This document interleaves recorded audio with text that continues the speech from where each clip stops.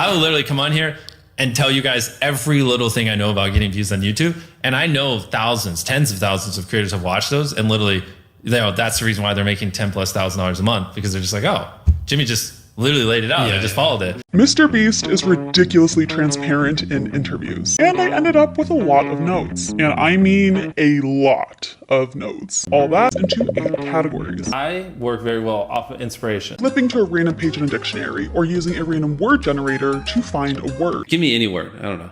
Make it relative. Space. Yeah, like I went to space. You know, what happens if you blow up a nuke in space? Or I went to the moon. I went to Mars. Right? Because you said that one word, it was able to inspire me to come up with 4 ideas. My well of knowledge needs to constantly be expanding, so I have more things to draw inspiration from our ideas. If not, you're going to get the same ideas over and over again. So it happens for a lot of creators. That's why their videos are repetitive and always the same thing. Because if you're not constantly learning new things, then your ideas are just limited to what's in your head, and eventually you're going to drain it. That's how I've seen it. It's not so linear.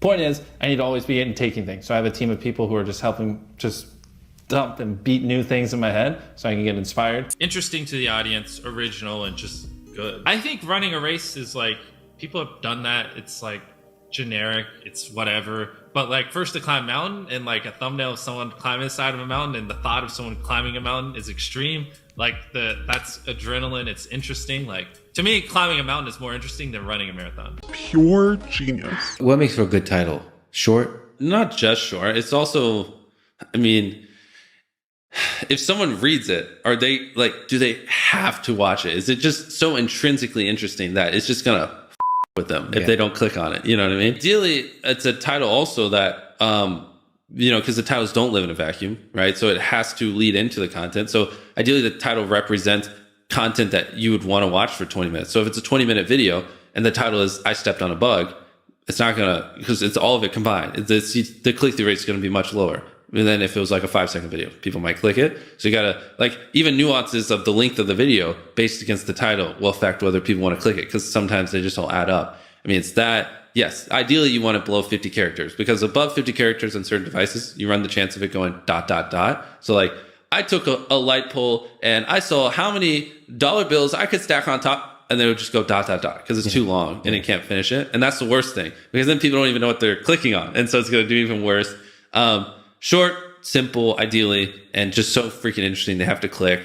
And it is a good segue into the content, and it represents the length of the content. You need something original. How to go viral is probably, it's not something like super original. You need a really strong opinion, probably. Like you need to say like what you're saying is like, I like bananas, and what you need is bananas are the best goddamn food on the planet. Like that's the type of opinion you need. Like you need something like how to get 100 million views on YouTube, or not even that. That's not strong enough. You need something that makes people go, what the fuck? You know, and like click, you know what I mean? How do you make a good thumbnail is similar to asking, how do you cook good food? One of my friends, he just uploaded a video recently, and I called him. I was like, what is this? Because he's a very, very smart guy.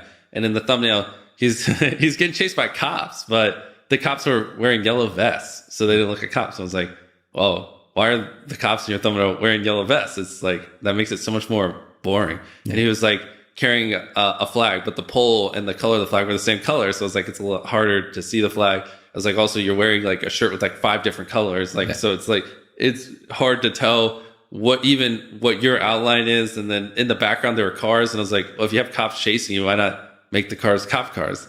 And, you know, and it's like, cause in my head, I'm like, dang, if you just did those like 4 or 5 things, the video probably would have got like 7x the views. Key thumbnail takeaways. Every element of your thumbnail should be distinct without blurring into each other or getting lost. And every component of your thumbnail should be there for a reason and add to the story that you're trying to convey. We usually sketch out the thumbnails. Actually, Chucky's somewhere in here. He does it for me.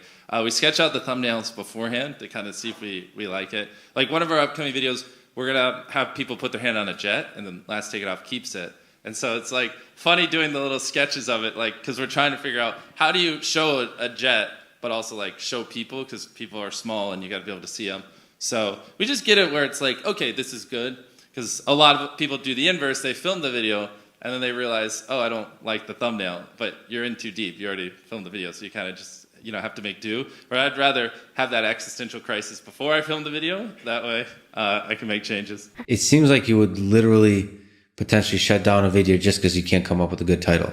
Yeah, or a good 100%, thumbnail. or a thumbnail. Yeah, I mean that's what happened to 70% of those in that pitch session. I was just like, oh, what was one of them? Genius versus 100 people, or Yeah, like maybe average intelligence versus genius, something like that. Or, yeah, I was like, what the heck is the thumbnail? Even if the title was good. Yeah. I mean, there's so many, but yeah, if people don't click, they don't watch. The video itself. Everyone knows the basics. You hook people at the beginning, but we really should drill this home because, like, if you look at any of your retention charts in any videos, you're losing like 30% of your viewers in the first 30 seconds. And then hopefully if your videos don't suck, they level off. But like, imagine if you only lost 15% of those viewers or 10%, you know, like the number one thing is like retaining as many people as possible at the start. Because like envision a chart where you lose 35% of your viewers in the first 30 seconds, and then envision one where you only lose 20%. That's 15% more people that are watching, you know, throughout the video than not. And it's not like you made the whole video like a bunch better. You just had a more strategic intro that hooked them.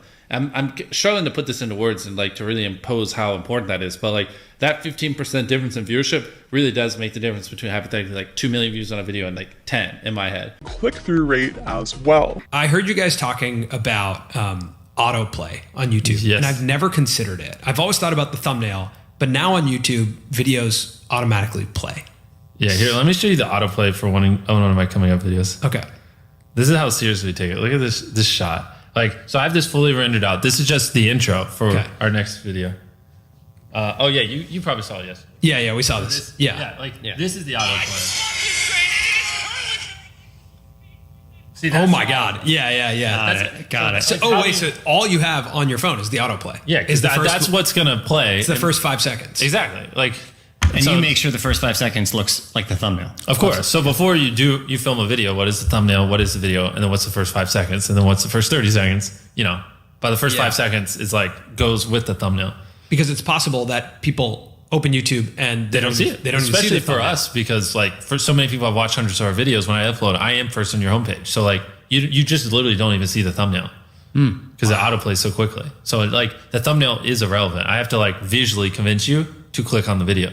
Wow, that's so interesting. Yeah, that's why we go so hardcore.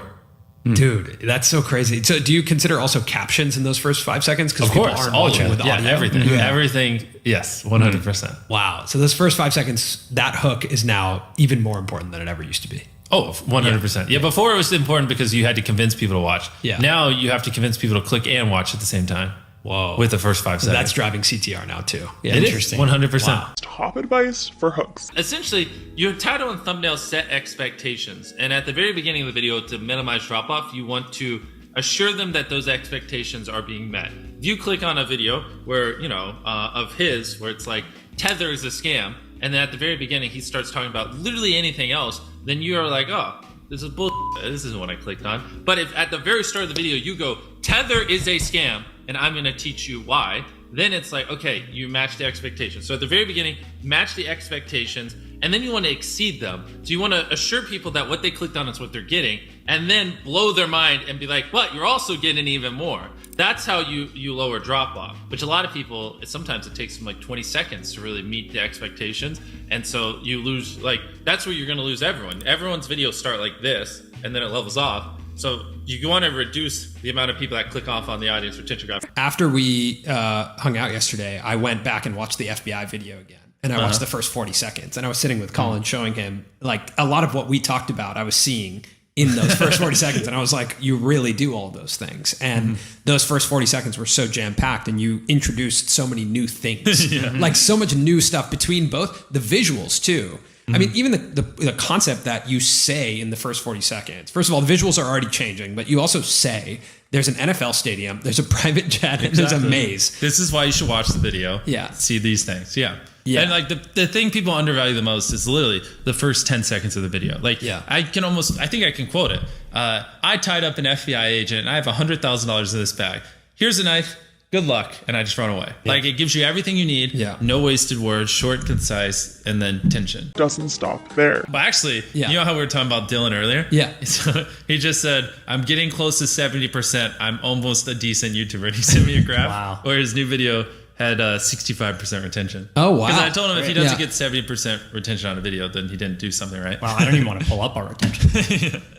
Yeah. 70%. Yeah. That's what you need. If it's below that, figure out how to get higher. 70% retention. Basically want to remove every dull moment. You probably want to find the 10 most critical people you know, make them watch the video and just roast it. You want to, I personally enjoy, I enjoy having people watch the videos and watching them. There's some things you can do where like, you basically pay people to watch the videos on frame and then just have them record it. And I love just seeing like when they pick up their phones and when they get bored and like, you know, certain things like if I just talk to a camera for 10 seconds without a cut, like a lot of people will just like get bored or they'll lose interest. So like having a B cam and a C cam and just, you can just talk for 10 seconds, but 3 seconds in cutting to a B cam and then a C cam. Like now it's more interesting, even though it's essentially the same thing and not that crazy. But you want to have good pacing. Typically having a payoff at the end keeps them, right? Last leave circle wins 10 grand. If there is a low moment halfway through, you're going to watch to the end because you want to see who wins the 10 grand. So having a good payoff at the end. It's very hard with a single storyline if you're doing like a double-digit minute video to just have that one thing grip their entire attention throughout the whole video and pay off at the end. So typically if you're doing a longer video, you should introduce like a side story and like you should have some plan halfway through like to re-engage them so they'll just get bored. You know what I mean? Like if I just said, like if I hand you a camera and I had a camera, it's like, okay, if he tags me, he gets 100 grand. And then I just run and that's it. It's just me running through the woods and him just running through the woods after me. You can't make a 15-minute video out of it. You know what I mean? But if I do that and then like 3 minutes in, I pull a lever and a bear comes out and starts chasing him and he has to get away from the bear. I don't know. Obviously we wouldn't do this, but kill the bear. And then he starts chasing me. And then 6 minutes in, I jump across the lake. And as he goes to jump through, I press a button that shoots him to the moon, whatever. You know what I mean? Like, now all of a sudden it's interesting and you're watching, right? And that's it, right? One is just a single story and it's boring. The other has side stories that like re-engage people. What's interesting is the longer people watch something, the more likely they are to keep watching. So you don't have to try as hard in the hypothetically back half of a video as you do in the front. Like even right now, we're so deep into this where a lot of people listening are probably just going to keep listening relatively close to the end unless we just have a really boring part of this conversation. Because they're just in it. They're immersed.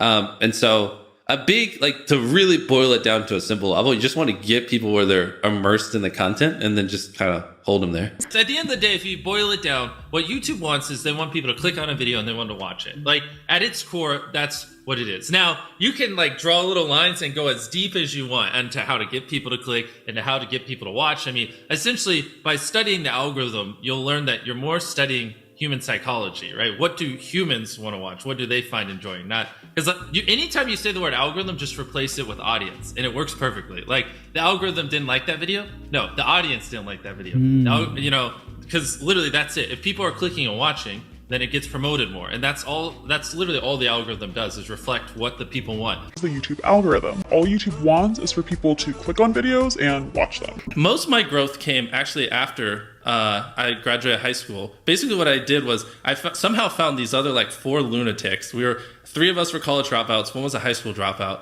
and 1, I don't know, he just like quit his job. We were all super small YouTubers, and we basically talked every day for 1,000 days in a row and did nothing but just like hyper study like what makes a good video, what makes a good thumbnail, what's good pacing, like how to go viral. And we just call it like daily masterminds. We would just get on Skype every morning. And like some days, like I'd get on Skype at 7 a.m. and I'd be in the call until like 10 p.m. And then I'd go to bed, I'd wake up and I'd do it again.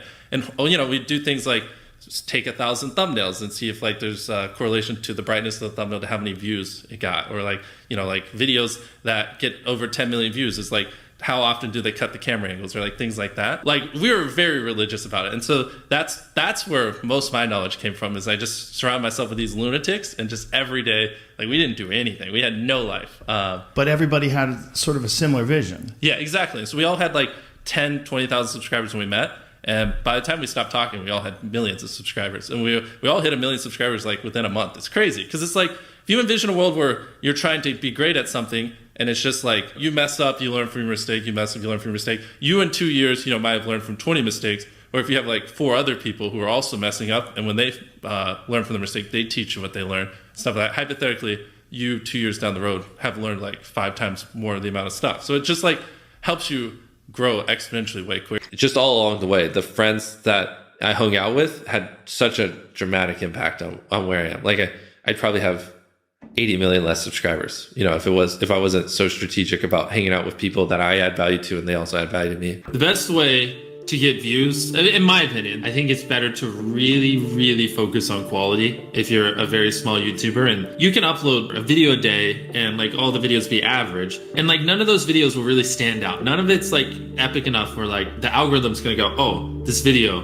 is good. Like we need to spread it. I feel like a lot of small YouTubers, they just post like videos that aren't bad, but they're not great. And they just do that. And none of them ever pop off. So they never get an audience, where it might be better to like, you know, upload half or a third or even like a fifth of the videos, but make the videos you upload so freaking good that like the algorithm has to promote it and that, you know, it has to find audiences for it because it's such an interesting and good video. When you like set a consistent schedule and you're constantly having to upload videos that aren't as good as you'd like because you got to hit, oh, this Monday, I said I'd upload every Monday, you know, like that's a dangerous trap because then, you know, the viewers notice that the quality isn't as good and it makes them less likely to watch. And I think it hurts your longevity. All you need to do is make 100 videos and improve something every time. Do that. And then on your 101st video, we'll start talking like maybe you can get some views, but you know, your first 100 are going to suck. There are very freak cases like Liza Koshy or Emma Chamberlain who have really good personalities and it doesn't take them as many videos. And it's just like people who are 7'5" and making the NBA. Like, yes, there are freak cases you can find, but for the average person like us, you know, who don't have these exceptional personalities and, you know, backgrounds in filmmaking, just make 100 videos, improve something each time, and then talk to me on your 101st video.